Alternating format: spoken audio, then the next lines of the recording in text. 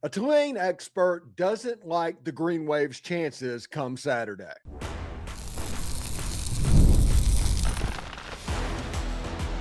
You are Locked On Ole Miss, your daily podcast on the Ole Miss Rebels. Part of the Locked On Podcast Network, your team every day. Welcome to the Locked On Ole Miss podcast, the most watched Ole Miss podcast out there. I'm your host, Stephen Willis, a 10-year veteran member of the national media with Yahoo Sports and a former Ole Miss staff member as well. We're part of the Locked On Podcast Network, now the number one sports podcast network in the world. Thank you for that. On today's show, we're joined by Jack Benjamin to break down the Tulane Green Wave. We'll examine what's different from the last matchup that's happening 3 months to the day from the original matchup, and we'll see what's different. We'll spotlight some of the Tulane players that Ole Miss must be ready for and discuss how the return of their star offensive tackle, that could absolutely impact the game. Finally, we lay out a clear, straightforward path to victory for both teams. All of this and more on today's Locked On Ole Miss podcast. Remember, we're free and available on all of the podcast apps and on YouTube. And a special hello to the insiders and everydayers who make the show what it is, your team every day. Without further ado, let's get straight into it. Jack Benjamin, play-by-play man, nationally, Tulane expert. Let's go. Jack Benjamin joins the show as our Tulane expert. He is a national play-by-play man, including the ESPN Plus broadcaster a lot of the time for the Tulane Green Wave. He's stationed in New Orleans. This is a weird matchup, and so I'm just going to come out hot. Who's going to win this game, Jack? First off, Stephen, appreciate you having me on. Of course, you start me off with the easiest question of all. I'll tell you this. It's hard to beat a team twice. The spread right now, 17 and a half. It's been hovering around there. I think Tulane can hang around in this game. Am I predicting a full-on win for them? That's going to be tough, but I expect the battle for sure. And I expect the 60-minute battle over at Vaughn Hemingway for sure. Yeah, and one thing that's interesting, the first time, everybody sees the 45-10, and it was actually worse than the 45-10. It was when it was 45-3, it was about as one-sided as I've seen a football game. But Tulane, for whatever reason, decided they wanted to play the slot machine on fourth downs, and they didn't take points when they were available. And because of that, they're, in my opinion, traditionally, we've done the Lane Kiffin thing. Whenever you don't get a fourth down conversion, that is the biggest momentum turner in a football game, and it just avalanched on the Green Wave that Saturday. Yeah, I think it's a great point. I mean, you look at the rushing totals. I mean, they were able to run the ball a little bit. They got into decent situations on third downs, and then you're talking about fourth down, rolling the dice the way that John Sumrall did in what was it, week 4. It's actually the crazy thing to me about this, Stephen, too. I don't know how many people have talked about it, but you're literally talking about a matchup 3 months apart, because it was September 20th. It's going to be December 20th when they face off. So yeah, I mean, you go over 3 on fourth down against a team as good as Ole Miss. And obviously, the Trinidad Chambliss situation, and we'll talk about that. I mean, that's a guy who was, kind of having his breakout moment, and we didn't know quite what he would become. Maybe I'd say you probably did. A lot of Ole Miss people probably saw what he could become. So I think Tulane got hit maybe a little bit by that, coming out of nowhere the way he did. But no, I think you're right. I think John Sumrall and his staff, I think they've been aggressive generally, going for things on fourth down and trying to push the envelope and keep the ball in possession. But yeah, that's just a number that if they want to win this game, I mean, there's a lot of things you can talk about as far as keys go. I can almost assure you they go 0 for 3 again on fourth down, and they're not winning this football game. So that's one of the many things that people can look at for sure. Does Tulane need a rock fight in this game? Do they need a 17-13 to win? I don't think they want to get into a scoring match with Ole Miss. Yeah, 17. Yeah, that's interesting. 17-13. I'm thinking, I'm thinking about the odds of that even happening. It's going to be hard to hold. I'm just thinking of holding Ole Miss to 17 if you're Tulane, and how hard that would be. But or I guess 13 if in the sense that you're putting it. Yeah, I would say for sure that this game, in order for Tulane to have a shot, I don't see them winning a shootout in the 30s or the 40s. I just don't think, firepower-wise, they can keep up necessarily. I think that the receiving core of Ole Miss is, and that's something. I mean, I know we talk about Lacy and the run game and Chambliss and how good he's been. Those Ole Miss receivers are I mean, that's as good a group as there is in the country, in my opinion. And I think that was a big. I mean, the yards after catch and all that they did against Tulane in the first meeting was huge too. So yeah, I would say this comes down to a possession battle type thing. You know, it's a different matchup than Tulane playing North Texas in the American Conference Championship last week. But, you know, Tulane went in there against Drew Mestemaker in North Texas and then Eric Morris air raid offense. And, you know, the mindset was, hey, we got to possess the ball and see how long we can hold it and keep them off the field. That sometimes your best defense is just not letting the offense that's elite have the ball, right, and possession and winning that battle. So, yeah, I do think a lower scoring game favors them. I don't know how realistic 17-13 it would be necessarily to be in that regard. But if you're talking about, okay, what's the path to victory on a potential score line, I think the most likely outcome for sure, if you're talking about Tulane hanging around and winning, is this game being played for sure in the 20s. And, you know, can it touch the 30s possibly? But yeah, I think absolutely probably being in the 20s and under, because possessions have been limited. And I'm not saying they're going to outpossess Ole Miss by 10 minutes the way they did North Texas last week or 2 weeks ago in the conference championship game. But that'll certainly be a key. You know, one thing that's weird is this is the game between the two staffs that just weirdness happened. John Sumrall is like stretched between Ford, and he's going to coach in Tulane. Obviously, everybody here knows what happened with Ole Miss and Pete Golding taking over as the permanent head coach. Do you think that John Sumrall can be not distracted with the way he is having to divvy up his time? Because if you look right now, there's a lot of Florida stars that are jumping in the transfer portal as it is. That has to be weighing on the mind, right? Yeah, I think I like you and many others saw the DJ Lagway news, and I was thinking, my first thought goes to, all right, well, John Sumrall's getting ready to coach in a college football playoff game, and there's another thing on the docket. It's honestly, Stephen, to answer your question, do there have to be at least some distractions in the back of the guy's mind? Yes. As someone who has been around him, and I've been fortunate enough to call some games, you know, you were talking about, you know, my background. I mean, as someone who, you know, calls games for ESPN, I've been fortunate enough to call some Tulane football games during the time that John Sumrall's been head coach. Before that, when Willie Fritz was the head coach. If you spend time around John Sumrall, this is a unique individual. I mean, I'm trying to think of the way to describe him to people who haven't spent time around him, but he truly can multitask with the best of them. And I think that the better word might be, you know, compartmentalized the way that he can, right? Because yeah, you got the Tulane job, you got the Florida job, you're worried about recruits hopping out the door left and right. I don't know if you saw the news. This is kind of one of the most amazing things about the person he is, and it tells you about who he is and his wife Ginny and their family. They just pledged $100,000 donation to Will Hall and the Tulane athletics staff just to help with recruiting and the program and pushing that thing forward. And that was something they committed to doing 2 months ago, long before Florida was was he considering, you know, jobs at that point? Maybe, but long before he took the Florida job, he had pledged that kind of money. So is it impossible to not be a little bit distracted? I would think so. But this is a guy who has just compartmentalized time and time again. And I think for him, and this is just, you know, me being, you know, around the program a little bit, and you talk with people around the program who are close to him, that Memphis win, I think the way that they have responded after the Memphis win was really, really impressive, because this has been a dialed in team. And I know that they maybe didn't look as sharp all the way through in that Charlotte game, but outside of that, down the stretch, I mean, their season was on the line at Memphis. They go there, they win that game. You take care of Florida Atlantic, you take care of Charlotte, you go to Temple and you win there, and then you dominate the American Conference Championship game.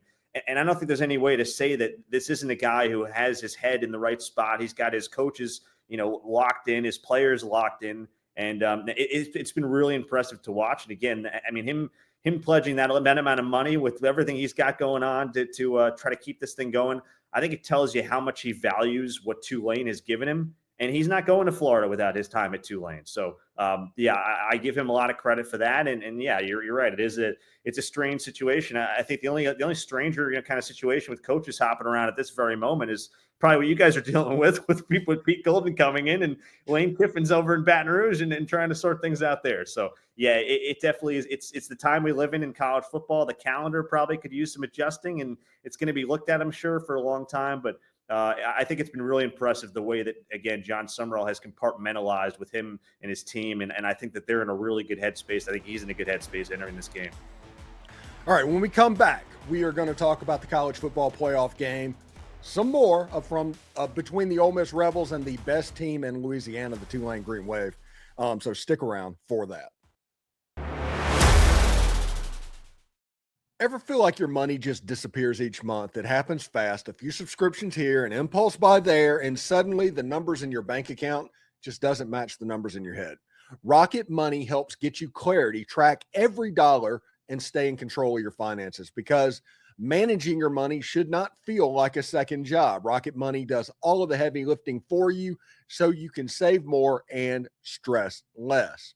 Rocket Money also finds subscriptions that you might have forgotten about or you were paying for, and it helps you clean them up quickly. Seeing all of your spending on one dashboard makes it easier to understand where your money is going. I like how Rocket Money automatically builds budgets based on past spending. It helps keep track of everything without overthinking it. Take control of your finances and cancel those unwanted subscriptions with Rocket Money. Go to rocketmoney.com/lockedon today. That's rocketmoney.com/lockedon. rocketmoney.com/lockedon. Do us a favor, like, subscribe, and comment to the video. Subscribe to the podcast on whichever audio podcast you're listening to and give a 5-star review. It costs absolutely nothing, but it helps keep all of this free. Thank you for making the Locked On Ole Miss podcast your first listen of the day, and thank you for making Locked On the top podcast for sports in the entire world, essentially. The #1 sports podcast network. Locked On has it going on. And you already live your team every day. Now take it up a level and go ad-free. Join the Everydayer Club and get Locked On Ole Miss with no interruptions, members-only Discord access, and even more. All for just $5 a month or $50 per year. Go to lockedonolemiss.supercast.com or check the link down in the show notes below to learn more. All right. So without further ado, let's go back to Jack Benjamin.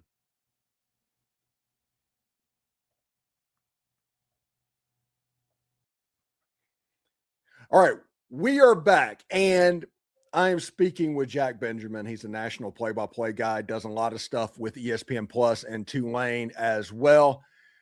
Tulane, legitimately the best team in Louisiana right now. I don't think it can be disputed whatsoever. And Tulane's coming to Ole Miss with a chance to win the game. How is the ticket demand coming to Oxford? Did they sell their allotment? Is everything going to be fine? Because Tulane doesn't travel particularly well normally to Oxford whenever there's a game up there. Is this different? Yeah, I mean, I can tell you from what I've heard, you get 3,500 is the initial allotment.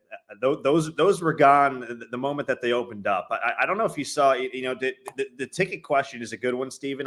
The tickets are gone, and I think the fans at this point are onto the secondary market trying to see what they can grab for sure. I think one of the crazier things, if you look on social media and you look around various news cycles, the merchandise people at Tulane, the whole marketing team there, I'll tell you what, they might be the hardest working people in America right now. Them and James Madison, the two Group of 5 programs who are in the CFP. The gear is just flying out the doors from every angle of what I'm hearing. So I expect there to be the full contingent from Tulane.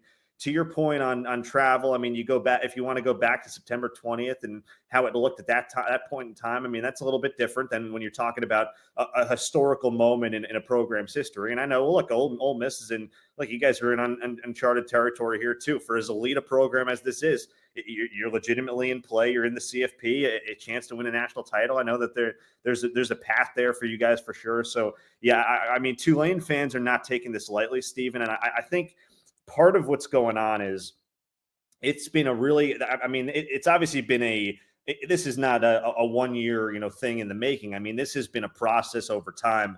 Anyone who is familiar with the Tulane program, I think anyone who follows college football, and I know how great the Ole Miss fan base is and how closely, your listeners and viewers follow this sport. I mean, Tulane is they're tied for 5th most wins in the FBS since the start of the 2022 season. I mean, that's something that an alumni base can rally around. It's something the fans can get behind. This is year after year after year. This is 3 10-win seasons in the last 4 years. They had one in the previous 87 seasons. That was 1998. The next, I went all the way back and looked. I figured you guys would enjoy this. The other 10-win season, if you go past 1998, was 1934 when they were playing in the SEC. I mean, it's uncharted territory for if you're a Tulane fan. The investment has come. They're working on an indoor facility. They have obviously money. It's flying in. It's coming in from the right areas. It's getting allocated the right ways. There's so much energy being put in. There's a lot of excitement. And yeah, I think it's a time for Tulane fans where they're really reaping the rewards of investing in their program. And you could say that they truly arrived on the scene on the national landscape when they beat USC in the Cotton Bowl. And I think to some extent that's true, but it's perhaps more impressive the fact that they turned that into what they have, which is now making the college football playoff. And it's been remarkable what they've done over this 4-year stretch. I think it's a 42-12 record over that span. I mean, it's just remarkable what they've been able to do. Yeah, I remember not too long ago to where they were playing in the Superdome and the lights were like just the lower lights were on. They didn't even cut the upper lights on. And Tulane was a perennial 2-9 level team and all of that. I remember that like the Mac Brown days and the Buddy Teven days and all of that.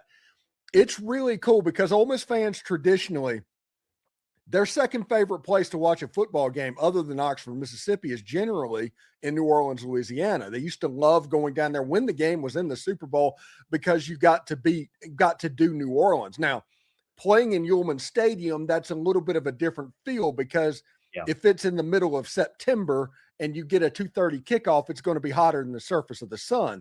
But it's really fun that these two teams are matching up. And listen, if Ole Miss plays their A game, there's not anything that Tulane can do. It's that scenario. If Ole Miss comes out and play well, there's no way that they're going to lose the game. But if we're in a situation where Tulane can force, 3 turnovers or something like that, maybe a special team score, and then it gets to the fourth quarter and it's a 24-20 game, a 1-score game to where it can happen. Ole Miss is going to get tight in that scenario. I think that's what Tulane has to play for. And if that happens, other than Jake Retzlaff, because I'm sure we'll talk about that, what's a couple of names that I need to know? Yeah, I'm with you on all the above, and just to comment on what you were saying too. By the way, Ullman Stadium opened it opened in 2014, and Tulane, moving that thing on campus, it obviously took a little while for them to get going the way they did, but yeah, it is proven to be an incredible home field advantage. Obviously, when you win a lot, you're going to win a lot of your home games. But to your point, that's been a great part. I always love calling games there. The one negative, is the heat. I usually have to pack 3 suits. I'm usually going through one suit on the way to the booth, and another suit while waiting in the booth for kickoff, and then I'm putting on a third suit once I'm ready for the start of the game. But to your point on names and some guys to watch. So you mentioned Jake Retzlaff. I'm sure we'll get into him here in a second. Jamari McClure, I think, is the first name that Ole Miss fans should kind of familiarize themselves with. If you go back to the box score in September and you're looking at the stat sheet, you're probably saying to yourself, okay, Jamari McClure had 3 carries for 19 yards. Well, what do I care about this guy? Well, he's a redshirt freshman.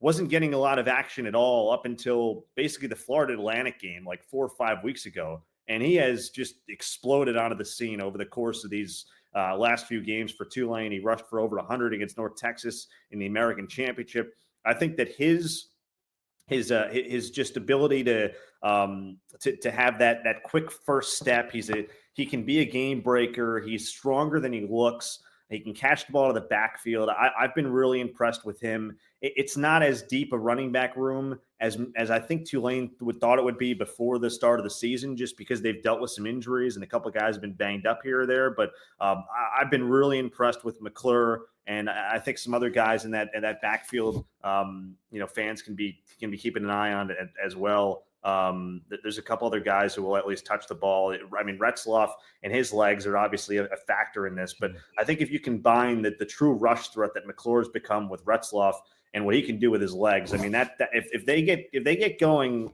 the two of them, Tulane's going to have something cooking there. So that's something to keep your eye on. And then I think that they've got deep threat guys offensively. I mean, I'm just sticking to the offensive side of the ball here, so we can talk defense in a second if you want to. But I look at the various deep threats on this offense. So Shaz Preston, a guy who Ole Miss fans are probably familiar with. He spent a couple years at Alabama. He didn't play a whole lot, but he's a guy who he's had big moments over the course of this run down the stretch for Tulane to help get them to the CFP. I think that it was either the first or second play from scrimmage against Memphis in that game that basically flipped around Tulane's season. Anyone will point to it. They had to win that game at a ranked Memphis team to hop them in the standings, to put themselves in position to make the CFP. And he catches a 65-yard touchdown on the basically first play from scrimmage, and he's off to the races. I mean, he can be electric. Bryce Bohannon is a veteran receiver. You ask anyone around that team, that guy's the veteran leader on this group. I think Jake Retzloff after the game was talking about him. He actually took the final kneel down. Usually you get your quarterback and he kneels down to finish off a championship. Tells you how much respect they have for Bryce Bohannon as a redshirt senior, for him to take that final kneel down against North Texas and move Tulane to the college football playoff. He's a really good possession receiver, good route runner. Anthony Brown-Stevens, another guy who began his career in the SEC. He was at Kentucky. He can be an explosive guy downfield as well. And I think some of the tight ends for Tulane have gotten more involved in the pass game. I do wonder a little bit, Stephen, about this is one of the things I'll be watching for sure. The tight end play of Tulane. They got a guy by the name of Justin Reed, who's a really good pass catcher. And then Johnny Pescuzzi, Anthony Miller. They have a few of these guys who have come along and perform well as pass catchers. I do wonder if maybe the key to this game for Tulane, at least one of them, can you keep your tight ends in a little bit more in terms of focusing on the blocking side of things? Give Retzloff a little bit more time. Buy him more. I know he didn't. I don't think he got sacked in the first meeting, but it felt like Ole Miss had pressure on him all day when he was in there, and then he gets subbed out for Brendan Sullivan. So I think those are some names to watch. I think it's under the radar because I'm not saying one of those tight ends is going to give you a 100-yard game on 6 catches and 2 touchdowns. But can those tight ends help out an offensive line a little bit? And I'll tell you a name I mentioned earlier that Ole Miss fans can think about as well. Left tackle Derek Graham. He did not play in the first meeting. It's been well documented. Only game he's missed this season. He's a 2-time all-conference player in the American.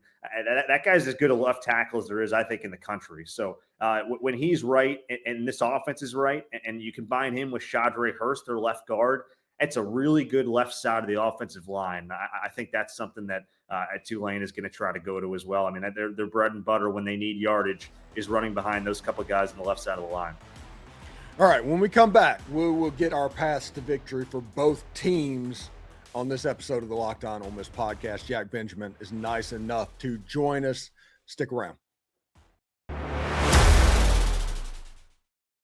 The holidays always show up faster than we expect. And if you're still putting together gifts or last-minute decor or getting that home ready for a guest, Wayfair has you covered. Whether you need a quick room refresh, new bedding, or those final seasonal touches, Wayfair makes it easy to get what you need fast. Wayfair truly is your one-stop shop for everything home, with decor, furniture, kitchen essentials, and gifts for every style, every budget, all delivered quickly and easily. Their selection is huge. Bedding, decor, and kitchen gear, kids' room updates. I was able to find everything in one place. It's so easy to shop by style. It helps you pick pieces that actually fit your home instead of guessing. The Wayfair items you order will instantly refresh your space, all without a big project. So get last-minute hosting essentials, gifts for all your loved ones, and decor to celebrate the holidays for way less. Head to wayfair.com right now to shop all things home. That's Fair.com. Wayfair, every style, every home. All right, we are back. Let's talk paths to victory. Now, I think with Ole Miss, when you have the better team than the other team, the important thing is to not do things that kind of closes that gap. So you have to play clean. You have to avoid penalties. You have to avoid turnovers, avoid special teams disaster plays. If you can avoid those, you're likely going to win this game going away to where it's not really that much of a threat. I am curious because Ole Miss has played one game in the last 6 weeks. Their game against Mississippi State was the only game over the last 6 weeks or something like that they've played. And with all of the noise that has been going on over this whole time, I'm curious to see. And the big story in this game will be the Ole Miss offense. If the Ole Miss offense plays well, the whole story will be you didn't need Lane Kiffin. If the offense plays poorly, you needed Lane Kiffin. That's going to be everything. I understand that. I like where this is. Whenever Tulane played Ole Miss the first time, Keon Lacy was not Keon Lacy at that point. What he became, what the offensive line became, was a completely different animal in the middle of September than it is right now. I think that Ole Miss is going to run the ball, play defense, use Trinidad Chambliss through the short passing game, maybe take some shot plays over the top. I think the game plan is going to look remarkably similar to the way it was, and it's going to be up to Ole Miss to not have giveaways, not have things that make the game closer than it needs to be. I think Ole Miss wins this game, but they don't cover the 17.5 points. Yeah, I'm in agreement with a lot of what you just said. I think you laid it out. I don't know what you need me here for. In fact, you laid it out perfectly, Stephen. No, I think that look, there's no way around it. I mean, you talk about the trenches, you talk about the front seven. I think any Tulane fan that you speak to, that the first thing they're going to point out with this matchup is just how good the Ole Miss front seven is, and that was a major problem, obviously, in the first meeting. Things are different, to your point, not only for Tulane but for Ole Miss as well. Yeah, it's crazy to get. I'm hearing you talk about Keon Lacy and him not being who he was. You look at the stat sheet and the guy is rushed for 1,300 yards almost this year and 20 touchdowns, and the combo of him and Chambliss.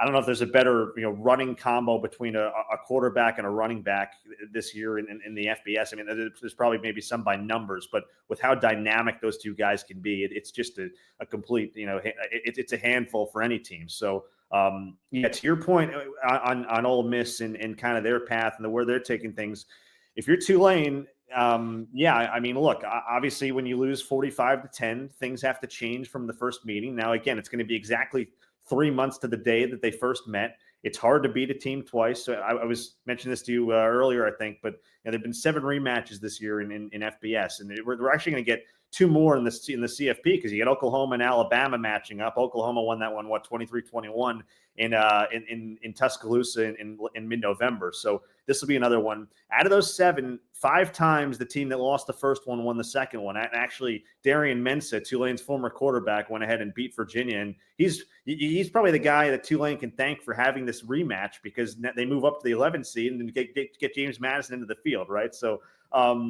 as far as a path to victory goes, though, yeah, I mean, it starts with Retzloff and his ability to be. I'm trying to think of the best way to say this. He's a guy, he's been overlooked for a long time, Steve, and even with how successful he's been over the last couple of years. I mean, this is a guy who, out of high school, I should say, he went to junior college, and his only offer, in fact, out of junior college was John Sumrall at Troy, and he ended up getting a late offer from BYU, goes there, and then the rest is history. He's obviously on to his next stop now at Tulane, his 4th college stop, but when he is dialed in and when he has time and when he is feeling things as far as the offense flowing and using his legs and the combination of, I mean, his legs are dangerous. He's been battling. He's been a little nicked up over the course of the season, but he can be really, really dangerous with his legs. I mean, he's had multiple long touchdown runs of 50 plus. And when he's, seeing things the right way and he's making quick reads and making quick decisions, he can dissect the defense pretty good. Now, none of that matters if you're Tulane, if you can't, you got to obviously stop Ole Miss somewhat. I'm not saying you need to do it every single possession, but can Tulane possess the ball enough? We talked about the possession game earlier.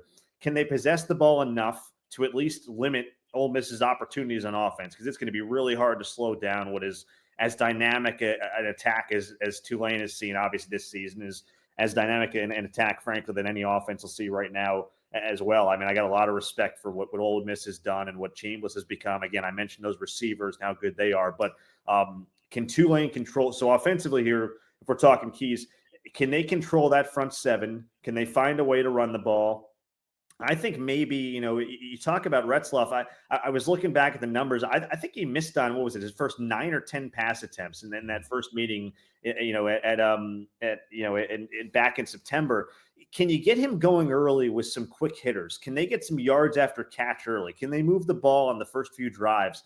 I think they went 16 plays on their opening drive against North Texas in the American Conference Championship game a couple of weeks ago. I'm not saying they need a 16-play scoring drive to start, but can they just get their feet wet early on in this game? I think offensively is going to be a huge key. And then, yeah, I mean, let your guys get out in space. I mean, Tulane's got offensively, I think they've got the athletes to compete, at least offensively, if they can get their playmakers out in space. The hard part is, can you get Retzloff time? Can you find running angles? Now, they did rush for, 178 yards, I think, on the ground back in September. But, some of that you can take as empty yardage if you can't throw the ball down the field. So can you play complementary football in all three phases? One thing we haven't mentioned, Patrick Durkin, Tulane's field goal kicker, has the single season record for field goals. You guys have a guy who's what's he missed 3 times all season long, and I was looking at Carnero and his numbers this year. I mean, I think the special teams game is going to be important. I think the field position game is going to be important.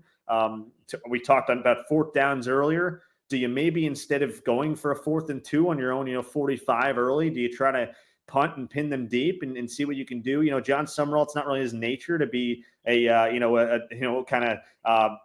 let's punt it and see what happens. I mean, he's an aggressive guy by nature. He's not the most aggressive there is, but offensively, I see this as, can Tulane find balance offensively? Can they possess the ball? Can they get McClure going? I mean, getting Retzloff locked in early is just going to be a huge key for them, getting various receivers involved. And then defensively, it's kind of crazy to say when you got guys at Ole Miss who can, again, we talked about the game breakers that Tulane's got and some guys who can have big play threats. I mean, I look up and down the Ole Miss receiving core. There's guys left and right who can beat you, after the catch too. As crazy as it is, they probably have to make Ole Miss beat them through the air, even though Chambliss threw for 300 yards last time. He can't throw for 300 and rush for 100. I mean, that happens again. I think you'd agree. Tulane's got no shot, and Ole Miss is probably covering the spread. But can they limit Chambliss's run game? Can they limit Lacy a little bit? And can they keep the pocket contained somewhat and see if it's just the passing game that can beat them? Then you tip your cap and you say, okay, well, game plan wise, we did what we thought we had to do. But Tulane's been opportunistic. I'll say this. I mean, they've been one of the best in the country forcing turnovers. Interception wise, I would say the weakness of the defense at times has been the secondary, and that can get exposed obviously with the deep pass game. And I would expect a few deep passes to fall for Ole Miss. I mean, they're just too good. They're going to hit some of those shots. But again, to your point, can Tulane get a couple of turnovers? Can they be opportunistic? And can they maybe you get a block punt, maybe you get a block field goal, maybe you knock in a couple of 50-yard field goals and you switch position, you stem the tide a little bit in key moments. Those are the kind of things that I look at. And I'll give you one number. We talked about, if Tulane can hang around. I just remember over the last couple of years watching this John Sumrall team and what they've done. They have won 7 straight games as Tulane when the game has been decided by 8 points or fewer. So keep it to one possession, a touchdown and a 2-point conversion in a sense. Keep it in that frame.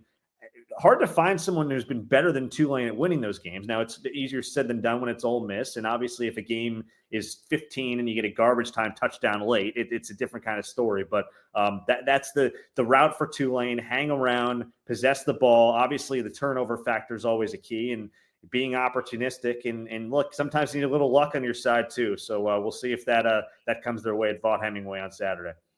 All right. Before we get out of here, you're obviously from New York. You're a Giants fan. Jackson Dart in New York. Yeah, I got my Super Bowl 46 hat right here, signed by the signed by the great Eli Manning. All right. And Charlie Connerly, another Ole Miss Rebel. I think Glenn Griffin was a player for the Giants in the 60s as well at quarterback. So Ole Miss quarterbacks traditionally have gone to the New York Giants. And, you know, with you being in Louisiana, you've served some time at the Manning Passing Academy. So, yeah. Yeah, I'll tell you what. Yeah, it's a cool story. To your, Stephen, I'm sure Ole Miss fans are very familiar with the Manning Passing Academy. It takes place at Nichols State University down in the Bayou in Thibodaux, Louisiana. I actually started my career in Louisiana. So I've been in Louisiana since 2019. I started my career as the radio voice at Nichols. So part of one of the perks of the job, if you want to call it that, is, well, in the summertime, you get free access to the Manning Pass Academy, and you get to spend time with Peyton and Eli and Archie and that incredible group of quarterbacks. And many have come through, including a young Jackson Dart when he was at Ole Miss, and he was getting his legs wet, and he was learning from the Mannings, and obviously Eli has become a mentor of his on the Giants. But yeah, no, this is it's cool to hop on an Ole Miss podcast when Ole Miss is. It's meant a whole lot to me in my lifetime as a New York Giants fan. I'm hoping that we can find a way here through some tough times of late. But yeah, I've been at both Giants Super Bowl wins. My dad is a lifelong Giants fan. I give him all the credit for raising me the right way. And obviously the memories of Eli will never go away. And I'm hoping that Jackson Dart's the next guy. I've loved what I've seen from him. It's obviously tough when the pieces around him are not great. And you guys know Malik Neighbors and how talented he is from his time in the SEC. Hopefully he gets right. And hey, hopefully we find the right coach and OC that can unlock Jackson Dart to a new level and hopefully get the Giants back to relevance, because that's where we belong. It's been a rough go of it of late, but I've had some great memories. And tell you what, a lot of those great memories are thanks to Ole Miss and producing Eli and now producing Jackson Dart. So appreciation for that for sure. All right, Jack, thank you so much for coming on the show. And if you're going to Oxford, safe travels. If not, just be careful and everything's going on, because the winner of this game gets a Sugar Bowl, and that would mean a ton for both schools. I'll tell you what, there's some chatter about that around here now. Now, look, I'm sure there's more chatter about it from the Ole Miss side of things. Tulane's got a major task in front of them, but that's something. How sometimes things are set up in an interesting way. So, regardless of what happens, should be a blast. And Stephen, can't thank you enough for having me on, man. Hopefully we get a great game to watch on Saturday. All right, take care, man. Hey, thanks so much.